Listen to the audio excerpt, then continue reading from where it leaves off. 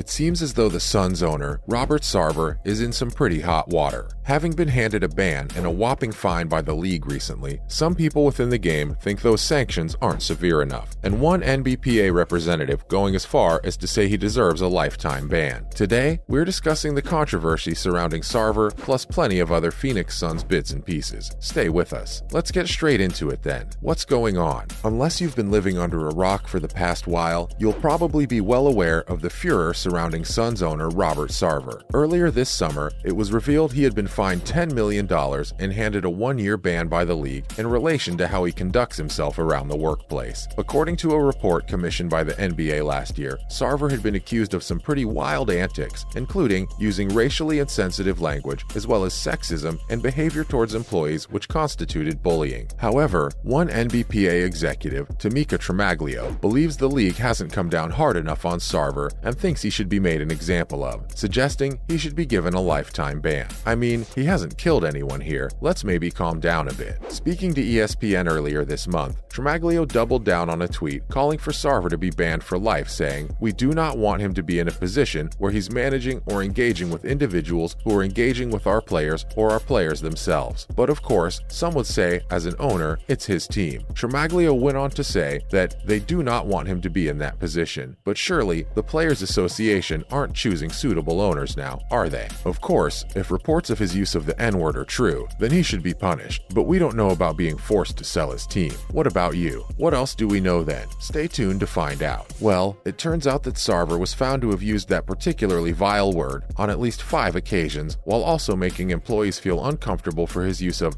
related comments and inappropriate comments about the appearance of some employees. He's also accused of using inappropriate physical conduct towards male employees. Okay, so it sounds as though Sarver is quite an unsavory character who plenty of people feel uncomfortable around. But who decides if he can be forced out or not? According to Tremaglio, she speaks on behalf of the players when she says that we do not want him back in a position where he'll be impacting our players and those who serve our players on a daily basis, which again is pretty damning if true. Sarver's behavior was also behind a recent decision by PayPal to not renew their Suns deal if Sarver stays in position, saying PayPal is a values-driven company and has a strong record of combating racism, sexism, and all forms of discrimination. It is thought that the PayPal and Suns deal is up at the end of the season anyway, and in light of the NBA's investigation, the company will not be renewing as long as Sarver is still associated with the Phoenix outfit. What do you guys make of the Robert Sarver affair and all of the fallout that has accompanied it? Give us your thoughts below. So, what has Sarver himself had to say about the whole situation? Well, he's not happy, that's for sure. But, as the old saying goes, if you play with fire, you get burnt. Following the outcry after the comments he made during his tenure as Suns and Mercury owner came to light, Robert Sarver has this week sensationally revealed that he will be putting the two teams up for sale as soon as possible. It's understood that Sarver and his legal team have already begun the proceedings. Without pinning the blame on himself, Sarver bemoaned an unforgiving climate before going on to say, "Whatever good I've done, or could still do, is outweighed by things I've said in the past. For those reasons, I'm beginning the process of seeking buyers for the Suns and Mercury." I mean, take some responsibility, right? It is thought the Suns are worth somewhere in the neighborhood of $1.8 billion,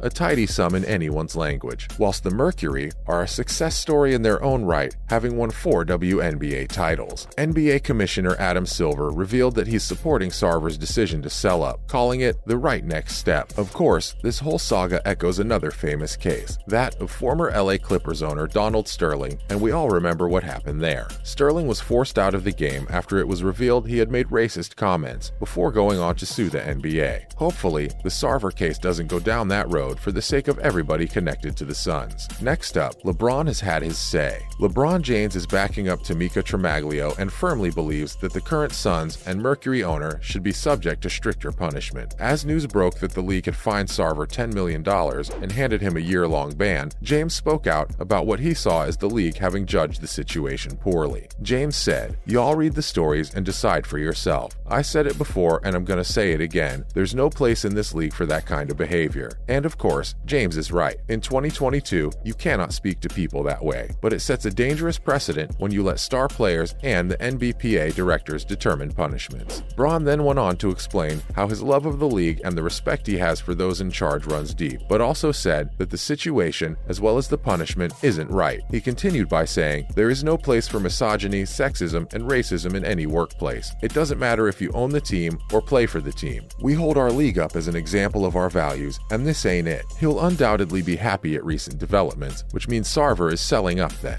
What do you guys make of LeBron's words? Hard to argue with, or going a bit too far? Let us know below. A little bit of positivity around the Suns now, and news of a signing. The Suns have this week announced the signing of NBA veteran and former Detroit Piston Frank Jackson. The news was first reported by The Atlantic on Tuesday, September 20th, and apparently he'll be joining the Phoenix outfit on a non-guaranteed deal. The Suns tip off on October 19 against the Mavs, and will be looking to exact immediate revenge on the team who dumped them out of the playoffs last time out, and what better way to go about that than to get some fresh faces through the door. Jackson will get a chance to show what he can do as the Suns open their training camp at the end of this month, before possibly taking to the court October 5th against the Lakers in their first game of the preseason. Of course, Jackson has plied his trade at the Pistons and also the Pelicans over the past few seasons, so it'll be interesting to see what he can offer the Suns as he heads towards the final stage of his career. Over the course of the last season, Jackson racked up decent stats. However, his points average of 10.6 was actually a career high for him. He's been labeled an erratic shooter throughout his career, but we want to hear from Suns fans. What do you guys think of your team bringing Frank Jackson in? And finally, a huge rumor getting Suns fans excited. Although the powers that be in the corridors of Suns HQ are steadfastly claiming that they're not particularly interested in shaking up their roster this offseason, one interesting rumor has recently suggested that they could be set to go after Shai Gilgeous-Alexander. It was thought that they were trying to acquire players such as Kevin Durant, Bojan Bogdanovic, and Dennis Schroeder of late, and they're also known to be in some trade negotiations right now, so their stance of not wanting to bring players in is almost certainly a smokescreen. Reputed NBA insider Zach Lowe recently claimed that Gilgeous-Alexander could be a good fit for the Suns, saying on his podcast, "A guy who could still help my team now, but really help my team later."